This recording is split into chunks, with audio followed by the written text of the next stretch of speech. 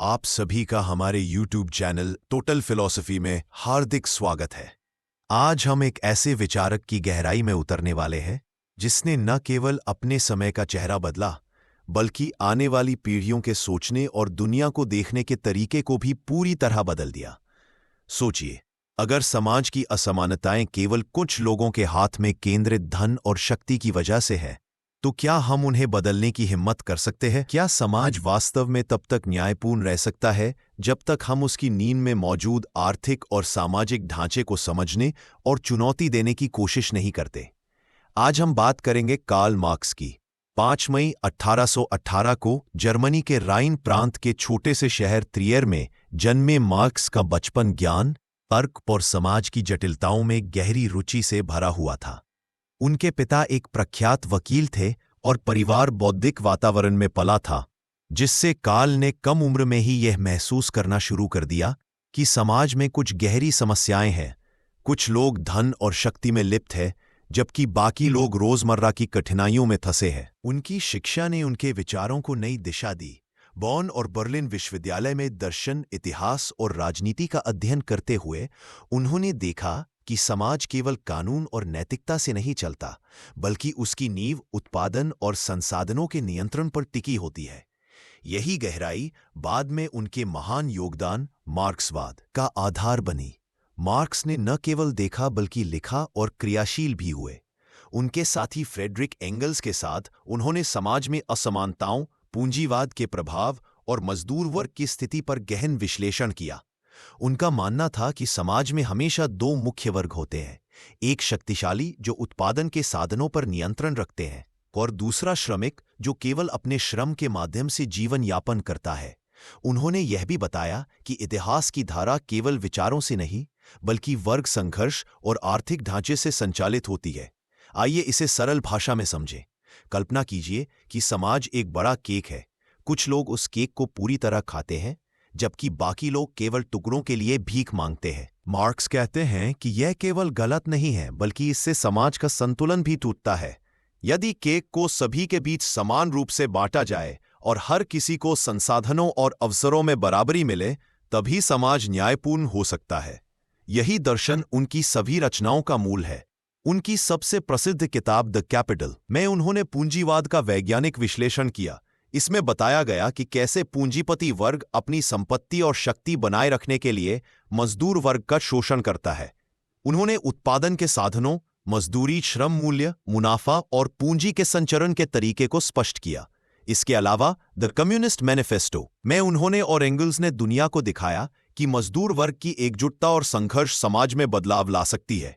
Marks का दर्शन केवल आलोचना नहीं करता, बल्कि बदलाव की दिशा भी दिखाता है।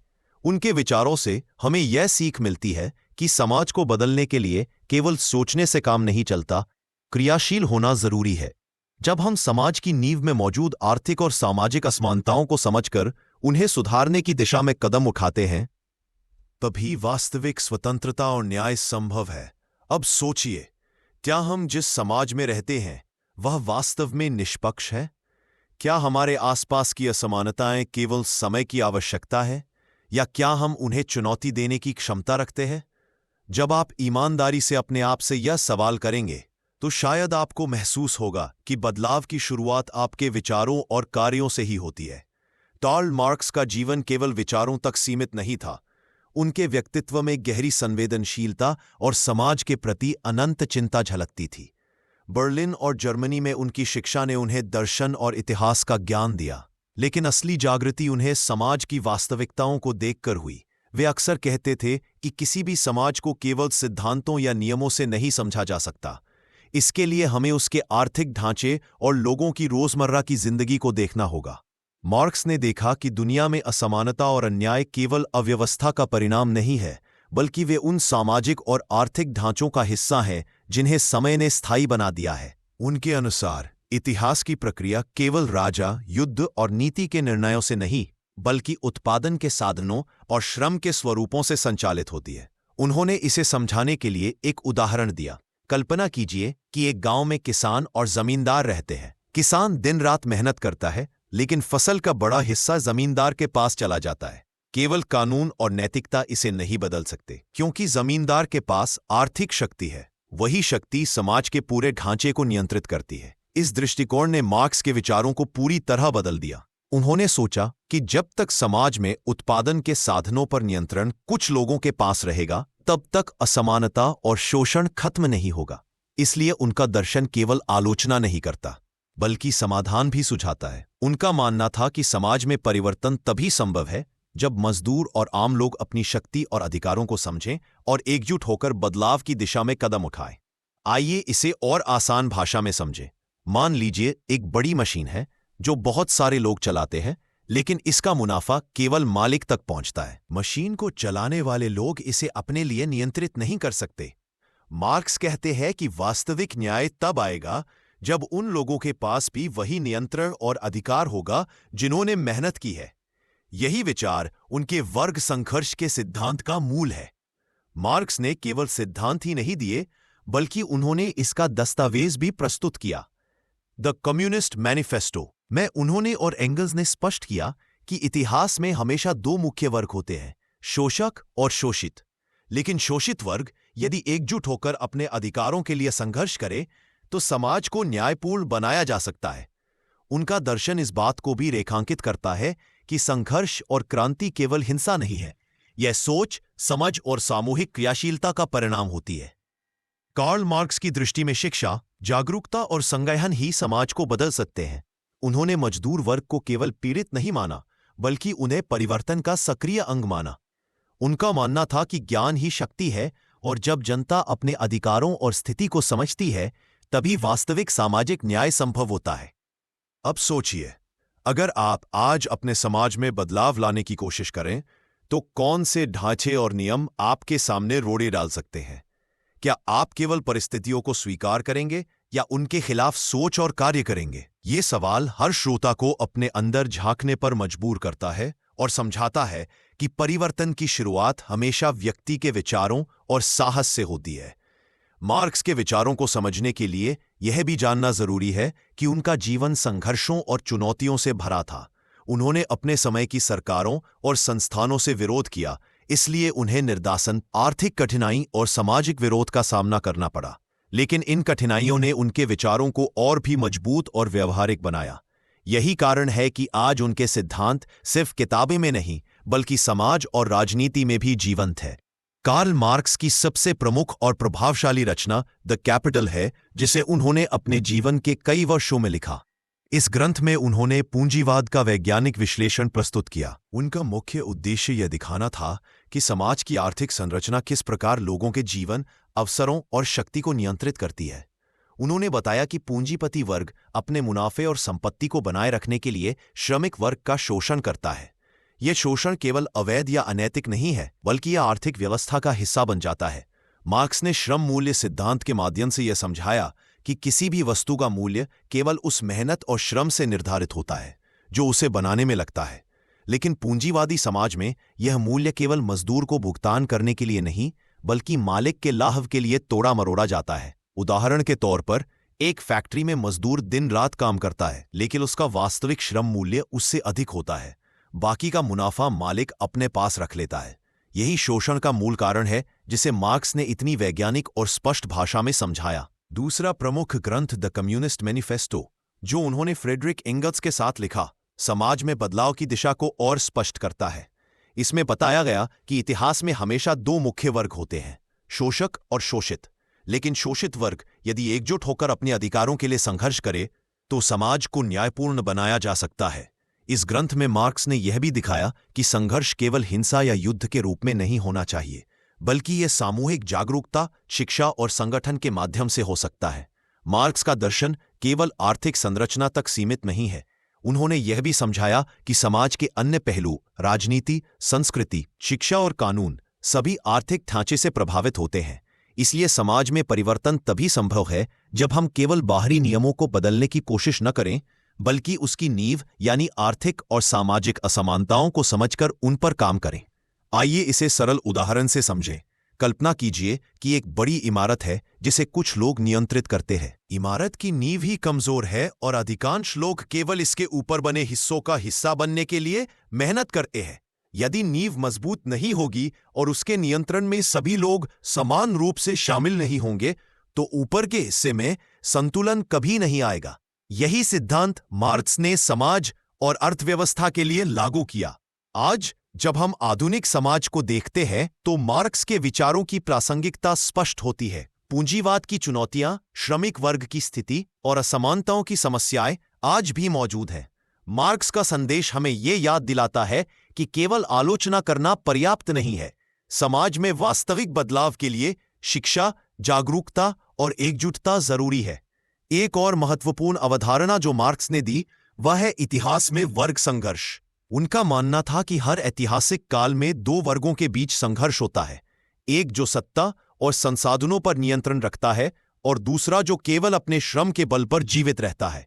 ये संघर्ष समाज को आगे बढ़ाने का साधन बनता है। केवल संघर्ष ही नहीं, बल्कि ऐसे समझकर संगठन और सामूहिक कार्रवाई से समाज में न्याय और समानता लाई जा सकती है। अब सोचिए, अगर आप आज समाज में बदलाव लाने की कोशिश करें तो कौन सी असमानताएं आपके सामने खड़ी है? क्या आप केवल परिस्थितियों को स्वीकार करेंगे या अपने विचारों और क्रियाओं से उनके खिलाफ कदम उठाएंगे? मार्क्स के विचार हमें यही चुनौती देते हैं कि हम केवल सोचे नहीं, बल्कि जागरूक होकर क्रियाशील हों। कार्ल मार्क्स का दर्शन इस बात की भी सीख देता है कि परिवर्तन केवल व्यक्तियों के प्रयास से संभव नहीं, बल्कि सामूहिक जागरूकता और संगठन से ही समाज में स्थायी बदलाव आ सकता है। उनके विचार हमें याद दिलाते हैं कि अगर हम समाज की नींव को समझें और उस पर काम करें, तभी वास्तविक स्वतंत्रता और न्याय संभव है। कार्ल मार्क्स का जीवन केवल विचारों और लेखन तक सीमित नहीं था। उनका जीवन संघर्षों और चुनौतियों से भरा हुआ था। उनके विचार इतने क्रांतिकारी थे कि उन्हें अपने ही देश में राजनीतिक दबाव और विरोध का सामना करना पड़ा। उन्हें जर्मनी से निर्वासित होना पड़ा और उन्होंने फ्रांस और बेल्जियम में कई साल बिताए। निर्वासन के वर्षों में भी उन्होंने अपने सिद्धांतों और लेखन से पीछे नहीं हटे। आर्थिक कठिनाइयां, राजनीतिक असुरक्षा और परिवार की जिम्मेदारियों के बीच उन्होंने लगातार लेखन और अध्ययन जारी रखा। मार्क्स के जीवन की कहानी बताती है कि महान विचारक केवल किताबों तक सीमित नहीं रहते। उनका जीवन उनके विचारों का जीवन प्रमाण होता है। उनके परिवार की आर्थिक स्थिति कमजोर थी, लेकिन उन्होंने कभी अपने उद्देश्य को छोड़ा नहीं। यह हमें यह सिखाता है कि समाज और न्याय के लिए योगदान केवल आरामदायक परिस्थितियों में ही नहीं, बल्कि कठिनाइयों और चुनौतियों में भी दिया जा सकता है। मार्क्स का एग्जाइल जीवन उनके दर्शन को और भी वास्तविक और व्यावहारिक बनाता है। उन्होंने देखा कि कैसे विभिन्न देशों में मजदूरों और आम लोगों की स्थितियां अलग अलग है, लेकिन मूल समस्या असमानता और शोषण समान है। फ्रांस, बेल्जियम और अंततः इंग्लैंड में रहते हुए उन्होंने समाज की गहराई से पड़ताल की और अपने विचारों को व्यापक और सटीक रूप दिया। उन्होंने वहां की फैक्ट्रियों, मजदूर बस्तियों और राजनीतिक आंदोलनों को समझा और उनका अध्ययन किया। मार्क्स की व्यक्तिगत चुनौतियां उनके दर्शन की शक्ति को और बढ़ाती हैं। उनके परिवार में आर्थिक तंगी और स्वास्थ्य संबंधी समस्याएं थीं। उनकी पत्नी और बच्चों के जीवन की कठिनाइयां भी उन्हें प्रभावित करती थी। लेकिन इन सभी कठिनाइयों ने उनके विचारों को और मजबूत बनाया। उन्होंने दिखाया कि यदि मनुष्य अपने उद्देश्य और सत्य के प्रति ईमानदार रहे तो कोई भी कठिनाई उसे रोक नहीं सकती। आइए इसे आसान भाषा में समझें। कल्पना कीजिए कि आप एक लंबी और कठिन यात्रा पर हैं। रास्ते में कई बाधाएं हैं, लेकिन लक्ष्य स्पष्ट है। हर चुनौती आपको रोक सकती है, लेकिन अगर आप अपने लक्ष्य के प्रति सच्चे हैं तो आप उसे पार कर सकते हैं। मार्क्स का जीवन इसी यात्रा का उदाहरण है। मार्क्स के विचार आज भी उतने ही प्रासंगिक हैं। आधुनिक समाज में पूंजीवाद, श्रमिक वर्ग की स्थिति, आर्थिक असमानताएं और सामाजिक न्याय के मुद्दे लगातार सामने आते हैं। मार्क्स हमें ये याद दिलाते हैं कि केवल आलोचना करना पर्याप्त नहीं है। समाज में वास्तविक बदलाव के लिए जागरूकता, शिक्षा और सामूहिक प्रयास जरूरी है। उनके सिद्धांत यह बताते हैं कि अगर हम समाज की नींव, आर्थिक और सामाजिक असमानताओं को समझकर उन पर काम करें, तभी न्यायपूर्ण समाज संभव है। अब सोचिए, क्या आज भी हम अपने समाज में वही चुनौतियां देखते हैं जिनका सामना मार्क्स ने किया? क्या हम केवल परिस्थितियों को स्वीकार करते हैं या उनके खिलाफ सोच और कार्रवाई करते हैं? यह सवाल हर श्रोता को अपने भीतर झांकने और विचार करने पर मजबूर करता है। मार्क्स का दर्शन यही सिखाता है कि परिवर्तन की शुरुआत हमेशा व्यक्ति के विचार और उसके साहस से होती है, लेकिन स्थायी बदलाव के लिए सामूहिक चेतना और संगठन की आवश्यकता होती है। मार्क्स के विचार केवल आर्थिक न्याय तक सीमित नहीं है। उन्होंने समाज के हर पहलू, राजनीति, शिक्षा, संस्कृति और कानून को आर्थिक संरचना से जोड़कर देखा। उनका दर्शन यह सिखाता है कि अगर हम केवल बाहरी नियमों और प्रथाओं को बदलने की कोशिश करें, लेकिन मूल संरचना को नहीं समझे, तो परिवर्तन सतही और अस्थायी रहेगा।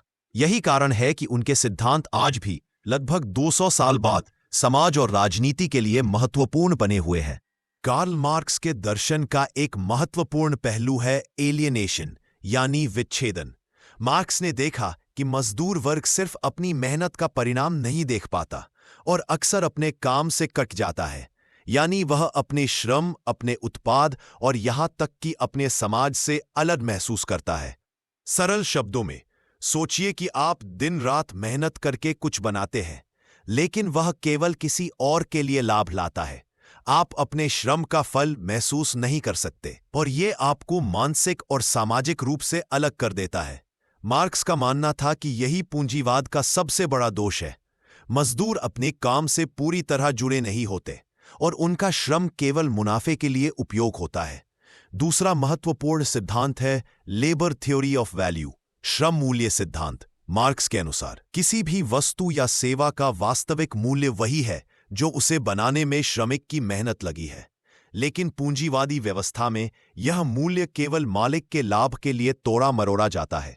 मजदूर को उसके श्रम का पूरा फल नहीं मिलता और यही असमानता समाज के असंतुलन की जड़ बन जाती है। इसे आसान भाषा में समझें। कल्पना कीजिए कि आप बहुत मेहनत से एक सुंदर चित्र बनाते हैं, लेकिन उस चित्र का सारा लाभ केवल किसी और को मिलता है। यह असमानता केवल नैतिक नहीं है, बल्कि यह सामाजिक और आर्थिक ढांचे का हिस्सा बन जाती है। मार्क्स ने यह भी बताया कि समाज में केवल आर्थिक ढांचा ही नहीं, बल्कि राजनीति, शिक्षा और संस्कृति भी इस असमानता से प्रभावित होते हैं। उनके अनुसार जब तक हम उत्पादन के साधनों और श्रम के अधिकार को न्यायपूर्ण तरीके से नहीं समझेंगे और लागू नहीं करेंगे, तब तक समाज में वास्तविक स्वतंत्रता और न्याय संभव नहीं है। उनके विचार यह सिखाते हैं कि केवल बाहरी नियमों और कानूनों को बदलने से समाज नहीं बदलता। इसके लिए लोगों के अधिकारों और शक्ति की नींव को समझना और सुधारना जरूरी है। आइए इसे और सरल उदाहरण से समझें। मान लीजिए एक बड़ी फैक्ट्री में हजारों लोग काम कर रहे हैं, लेकिन केवल कुछ लोग उसके मुनाफे का आनंद ले रहे हैं। मजदूर दिन रात मेहनत करता है, लेकिन उसका श्रम केवल मालिक के लिए मूल्य पैदा करता है। यही एलिनेशन है। मार्क्स का दर्शन हमें यह समझाता है कि अगर समाज में असली न्याय चाहिए, तो मजदूर को उसके श्रम और उत्पाद का पूरा अधिकार मिलना चाहिए। आज जब हम आधुनिक समाज में देखेंगे, तो मार्क्स के ये विचार उतने ही प्रासंगिक हैं। डिजिटल दुनिया, तकनीकी उद्योग और ग्लोबलाइजेशन के युग में भी मजदूर वर्ग की स्थिति, असमानता और श्रम का मूल्य वही चुनौतीपूर्ण मुद्दे हैं। मार्क्स का दर्शन यह याद दिलाता है कि समाज में न्याय और समानता केवल बाहरी दिखावे से नहीं आती, बल्कि उसके नींव, श्रम, उत्पादन और संसाधन के अधिकार को समझने और सुधारने से आती है। अब सोचिए, अगर आप अपने जीवन में और समाज में एलियनेशन को पहचानें और इसे बदलने की दिशा में कदम उठाएं, तो आपके विचार और कार्य किस तरह समाज को बदल सकते हैं? क्या हम केवल परिस्थितियों को स्वीकार करेंगे या जागरूक होकर बदलाव की ओर बढ़ेंगे? यह सवाल हर श्रोता को सोचने पर मजबूर करता है और यह दर्शाता है कि परिवर्तन की शुरुआत केवल विचार से होती है, लेकिन उसे क्रियाशीलता में बदलना जरूरी है। कार्ल मार्क्स का दर्शन हमें यह भी सिखाता है कि असली परिवर्तन केवल व्यक्तिगत प्रयास से नहीं आता। सामूहिक जागरूकता, संगठन और संघर्ष ही समाज में स्थायी बदलाव ला सकते हैं। उनके विचार आज भी लगभग 200 साल बाद दुनिया के कई हिस्सों में न्याय, समानता और श्रम के अधिकारों की लड़ाई में प्रेरणा स्रोत है। आज जब हम आधुनिक समाज और अर्थव्यवस्था को देखते हैं, तो कार्ल मार्क्स के विचारों की प्रासंगिकता और भी स्पष्ट हो जाती है। ग्लोबलाइजेशन और डिजिटल अर्थव्यवस्था ने दुनिया को एक दूसरे के करीब ला दिया है, लेकिन साथ ही असमानताओं के नए रूप भी पैदा किए हैं। बड़े कॉरपोरेट्स और टेक्नोलॉजी कंपनियों के पास अत्यधिक शक्ति और संसाधन है, जबकि मजदूर और छोटे उद्यमी अक्सर इस मुनाफे के हिस्सेदार नहीं बन पाते। मार्क्स का सिद्धांत कि समाज में असमानता और शक्ति का केंद्रीकरण उत्पादन के साधनों में निहित है, आज भी पूरी तरह लागू होता है। सोचिए, एक बड़े डिजिटल प्लेटफॉर्म पर काम करने वाले हजारों लोग हैं, कंटेंट क्रिएटर्स, डेटा एनालिस्ट और प्रोग्रामर। उनके काम से प्लेटफॉर्म अरबों का मुनाफा कमाता है, लेकिन अधिकांश श्रमिक केवल न्यूनतम वेतन या कॉन्ट्रैक्ट पर काम करते हैं और उनके मेहनत का वास्तविक फल उन्हें नहीं मिलता। यही अलियनेशन और लेबर थ्योरी ऑफ वैल्यू का आधुनिक उदाहरण है। मार्क्स का दर्शन हमें ये याद दिलाता है कि कानून या नियम बदलने से काम नहीं चलता। असली न्याय तभी संभव है जब श्रमिक अपने श्रम और उत्पाद के अधिकार को समझे और उसे हासिल करे। मार्क्स का विचार केवल आर्थिक असमानता तक सीमित नहीं है। उनका दर्शन शिक्षा, संस्कृति और राजनीति के क्षेत्र में भी लागू होता है। उदाहरण के तौर पर, शिक्षा प्रणाली अक्सर केवल कुछ लोगों को उच्च गुणवत्ता और अवसर प्रदान करती है, जबकि बड़े हिस्से के लोग सीमित संसाधनों और अवसरों के साथ संघर्ष करते हैं।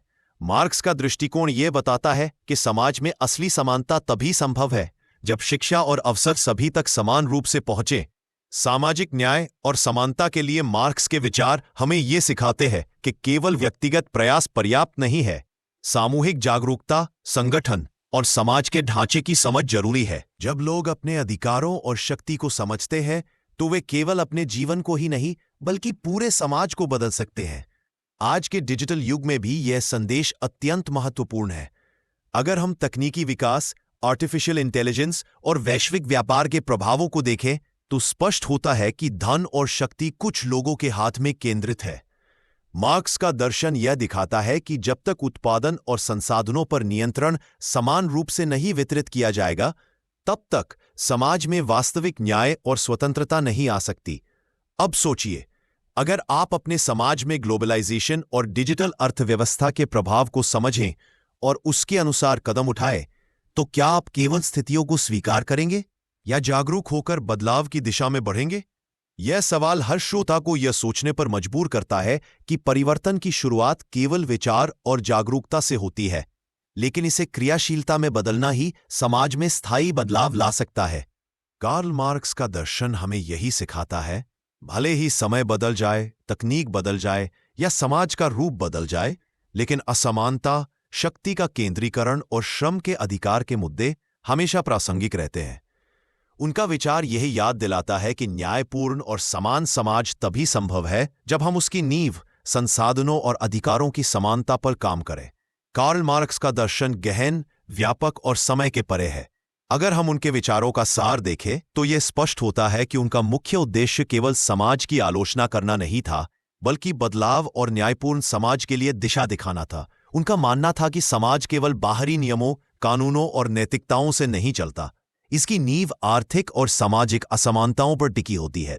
जब तक हम उत्पादन के साधनों, श्रम के अधिकार और संसाधनों के समान वितरण को नहीं समझेंगे और सुधारने की दिशा में कदम नहीं उठाएंगे, तब तक समाज में वास्तविक स्वतंत्रता और न्याय संभव नहीं है। मार्क्स का कोर मैसेज ये है, विचारों और जागरूकता के साथ साथ सामूहिक क्रियाशीलता आवश्यक है। केवल सोचने से बदलाव नहीं आता, संगठन, संघर्ष और शिक्षा के माध्यम से ही समाज में स्थायी बदलाव संभव है। उन्होंने यह भी स्पष्ट किया कि प्रत्येक ऐतिहासिक काल में वर्ग संघर्ष मौजूद रहता है और यह संघर्ष समाज को आगे बढ़ाने का माध्यम बनता है। यही कारण है कि उनके विचार आज भी लगभग 200 साल बाद समाज, राजनीति और अर्थव्यवस्था में प्रासंगिक बने हुए हैं। अब एक पल के लिए खुद से सवाल कीजिए, क्या हम अपने जीवन और समाज में मौजूद असमानताओं को सिर्फ स्वीकार करते हैं या उनके खिलाफ जागरूक होकर समझदारी और साहस के साथ कदम उठाते हैं? क्या केवल बाहरी नियम और कानून बदलने से समाज में न्याय आएगा या हमें उसकी नींव, संसाधन, शक्ति और अधिकार पर काम करना होगा? यह सवाल आपके सोचने, महसूस करने और क्रियाशील होने की क्षमता को चुनौती देता है। मार्क्स के दर्शन से यह भी सीख मिलती है कि परिवर्तन तभी अकेले नहीं आता। सामूहिक जागरूकता और संगठन के माध्यम से ही समाज में स्थायी बदलाव संभव है। उनके विचार ये याद दिलाते हैं कि न्याय और समानता केवल दिखावे की चीजें नहीं है, बल्कि इसके लिए गहरी समझ, साहस और क्रियाशील प्रयास की आवश्यकता होती है। तो आज जब आप अपने जीवन, अपने समाज और अपने आसपास की परिस्थितियों को देखें, तो आप क्या बदलाव लाना चाहेंगे? क्या आप केवल परिस्थितियों के शिकार बनेंगे या जागरूक होकर और अपने अधिकारों को समझकर समाज में वास्तविक परिवर्तन लाने की दिशा में कदम बढ़ाएंगे? यह सवाल हर श्रोता को अपने भीतर झांकने और विचार करने पर मजबूर करता है, और यही कार्ल मार्क्स के दर्शन का सबसे महत्वपूर्ण संदेश है। अगर आपको ये यात्रा पसंद आई और आप कार्ल मार्क्स के जीवन, उनके दर्शन और उनके विचारों की गहराई को समझना चाहते हैं, तो कृपया इस वीडियो को लाइक और शेयर करें। यह न केवल हमारे प्रयासों को सराहेगा बल्कि आपके दोस्तों और परिवार को भी इस ज्ञान की यात्रा से जोड़ने का मौका देगा। साथ ही हमारे YouTube चैनल टोटल फिलॉसफी को सब्सक्राइब करना न भूलें ताकि आप हर नई और अद्भुत विचारधारा, दर्शन और ज्ञान की यात्रा का हिस्सा बन सकें। चैनल सब्सक्राइब करने के बाद नोटिफिकेशन बेल को दबाना भी जरूरी है ताकि कोई भी ज्ञानपूर्ण वीडियो आपसे छूट ना पाए। और सबसे महत्वपूर्ण, अगर आप और गहरी, विस्तारपूर्ण और एक्सक्लूसिव सामग्री चाहते हैं तो हमारे व्हाट्सएप चैनल को ज्वाइन करें। इसका लिंक वीडियो के डिस्क्रिप्शन में और चैनल के बायो में दिया गया है। वहां आपको हर नए वीडियो, विचार और दर्शन से जुड़े अपडेट सीधे मिलेंगे। यह आपके लिए एक ऐसा प्लेटफॉर्म है जहां आप अपने ज्ञान को बढ़ा सकते हैं और हमारे साथ ज्ञान की यात्रा में सक्रिय भागीदार बन सकते हैं। तो फिर आइए हम सब मिलकर इस यात्रा को आगे बढ़ाएं, अपने विचारों को जागरूक करें, अपनी समाज और दुनिया में बदलाव लाने के लिए क्रियाशील बने और इस ज्ञानपूर्ण यात्रा का हिस्सा बने। इस वीडियो को लाइक और शेयर करें, चैनल टोटल फिलॉसफी को सब्सक्राइब करें और हमारे व्हाट्सएप चैनल से जुड़े रहें।